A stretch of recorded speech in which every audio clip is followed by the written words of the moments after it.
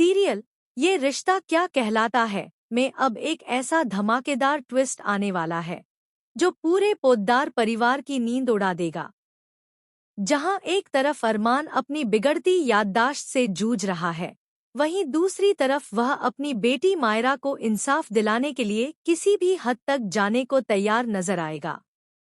लेकिन इस बार उसकी चाल इतनी जबरदस्त होने वाली है कि ऋषभ खुद अपने जाल में फंस जाएगा और सबके सामने अपना सबसे बड़ा सच कबूल कर बैठेगा। आने वाले एपिसोड में आप देखेंगे कि अरमान लगातार चीजें भूलता जा रहा है। कभी वह महत्वपूर्ण बातें भूल जाता है तो कभी लोगों के नाम। उसकी हालत देखकर अभीरा और मायरा दोनों ही परेशान हो जाते हैं। लेकिन इसी बीच अरमान को एहसास होता है कि अगर उसने जल्द से जल्द मायरा के साथ हुए अन्याय का सच सामने नहीं लाया तो शायद उसकी याददाश्त पूरी तरह से उसका साथ छोड़ देगी। यही सोचकर अरमान एक खतरनाक प्लान बनाता है। इस मिशन में उसका साथ देती है मुक्ति। शुरुआत में अभीरा इस प्लान का हिस्सा बनने से साफ इनकार कर देती है क्योंकि उसे डर होता है कि कहीं यह सब उल्टा न पड़ जाए। लेकिन जब उसे मायरा की तकलीफ और अरमान की मजबूरी का एहसास होता है तो वह भी इस मिशन में शामिल होने के लिए तैयार हो जाती है। इसके बाद शुरू होता है ऋषभ को बेनकाब करने का खेल। अरमान, अभीरा, मायरा और मुक्ति मिलकर ऐसा नाटक रचते हैं कि ऋषभ को लगता है जैसे सब लोग उस पर भरोसा करने लगे हैं। चारों उसके सामने जाकर माफी मांगते हैं। वे कहते हैं कि उनसे बहुत बड़ी गलती हो गई और उन्होंने बिना वजह उसे गलत समझ लिया। मायरा तक उससे कहती है कि शायद वह ही गलत थी। अभीरा भी ऋषभ की तारीफों के पुल बांधने लगती है। यह सब सुनकर ऋषभ के चेहरे पर घमंड साफ दिखाई देने लगता है। उसे लगता है कि वह अपनी चाल में सफल हो चुका है। लेकिन यहीं पर कहानी में सबसे बड़ा धमाका होता है। बार बार भोला, मासूम और सीधा साधा कहे जाने पर ऋषभ अपना आपा खो बैठता है। उसका अहंकार उस पर हावी हो जाता है और वह गुस्से में चिल्लाकर कह देता है, हाँ, मैंने ही मायरा का पीछा किया था।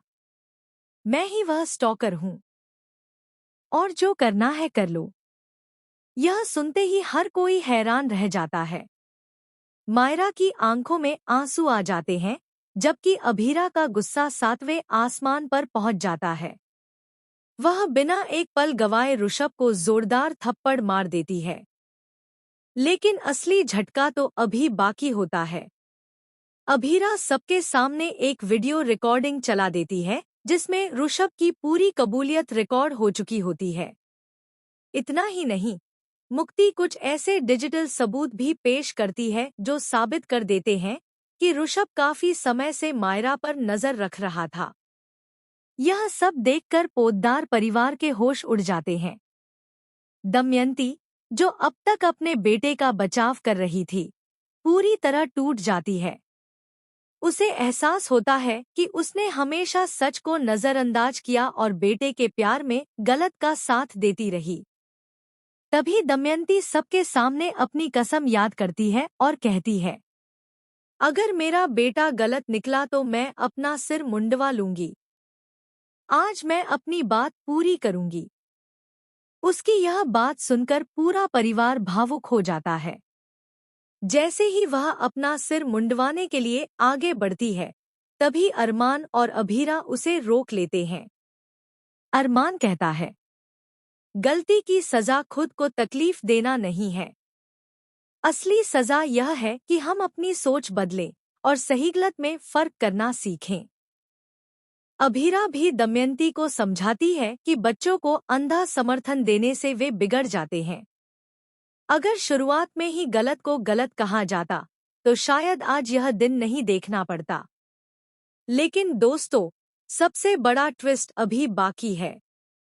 जब सभी लोग सोच रहे होते हैं कि अब मामला खत्म हो गया है, तभी मुक्ति एक और चौंकाने वाला खुलासा करती है। उसे कुछ ऐसे सबूत मिले हैं जो बताते हैं कि ऋषभ अकेला नहीं था। कोई और भी था जो पर्दे के पीछे से उसकी मदद कर रहा था। यह नाम सुनते ही पूरे परिवार के पैरों तले जमीन खिसक जाती है। दिशा का नाम सामने आते ही हर कोई स्तब्ध रह जाता है। पता चलता है कि दिशा ने अपनी निजी दुश्मनी और जलन की वजह से कई सच छुपाए थे। इतना ही नहीं, उसने कई बार हालात को मोड़ने की कोशिश भी की थी ताकि शक किसी और पर जाए।